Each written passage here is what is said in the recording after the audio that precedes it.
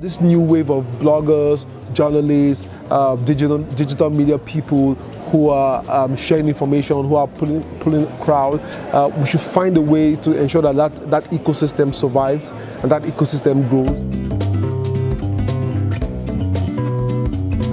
For me, in my opinion, I think they have done a lot of good in terms of giving voices to the hitherto voiceless. They've started from very humble beginnings, and today they've allowed people to reach out.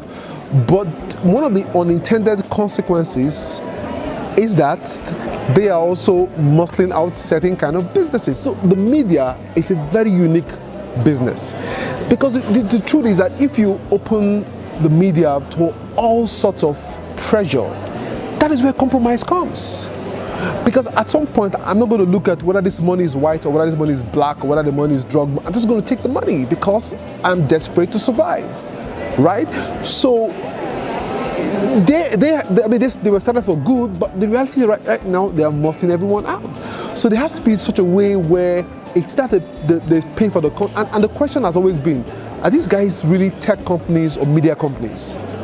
You look at this, yes, they're aggregators using software, but they are becoming media companies in many ways than one. And in their case, luckily for them, they don't have to develop no content, okay? So they just focus on other things. And people like us develop the content and they aggregate it for us, send us traffic, in quotes, and make all the money, This is the fear, and it is something that has been expressed in this year's Global Media Forum, where a number of people have said that something has got to be done.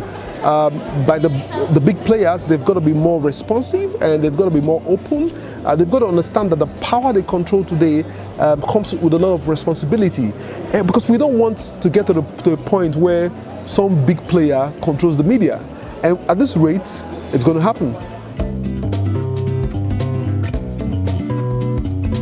Nigeria has what you call the Freedom of Information Act. So that's a law passed where you can go and source any kind of information you want from any government agency.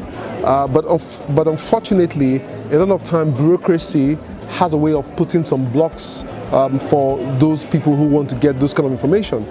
So a lot of people actually do not try to get those information. The Nigerian press has been sort of robust it's been doing very well. So the basic challenge that I would say comes from a bit of sometimes overzealous government officials, but largely and truly, the Nigerian media is quite vibrant. That is the traditional media. And for a lot of the new media guys, the journalistic startups that are coming up as well, they have tried to, stay the course, maintain the integrity and the independence of their platforms. A few of them have survived along that route. Some have died because they couldn't remodel their business, so they didn't survive it. So I think that some of the challenges would come from basically one, overzealous government officials, and two, red tape and bottlenecks created by bureaucracy.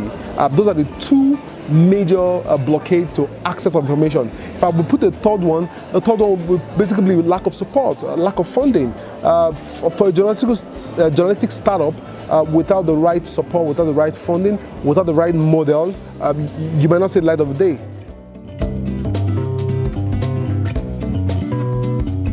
Crowdfunding is something that journalistic startups would need to start embracing.